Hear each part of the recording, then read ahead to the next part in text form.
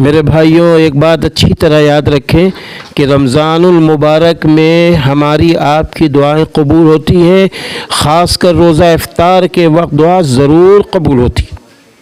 آپ دیکھیے حضور اکرم صلی اللہ علیہ وسلم کا ارشاد ہے کہ 3 آدمیوں کی دعا رد نہیں ہوتی: ایک روزہ دار کی افطار کے وقت تک، دوسرے عادل بادشاہ کی، تیسرے مظلوم کی جس کو حق تعالی شانہ بادلوں سے اوپر اٹھا لیتے ہیں اور آسمان کے دروازے اس کے لیے کھول دیے جاتے ہیں، اور ارشاد ہوتا ہے میں تیری دعا ضرور قبول کروں گا اور میں تیری ضرور مدد کروں گا، خواہ کسی مسئلے سے کچھ دیر ہو جائے۔ اس لیے افطار کے وقت ہمیں خوب دعاؤں کا اہتمام کرنا چاہیے اور طلوع صبح صادق سے افطار کے وقت تک خوب دعا کرنی چاہیے۔ ذکر و اذکار، قرآن کی تلاوت کے ساتھ ساتھ دعاؤں کا خوب اہتمام کریں۔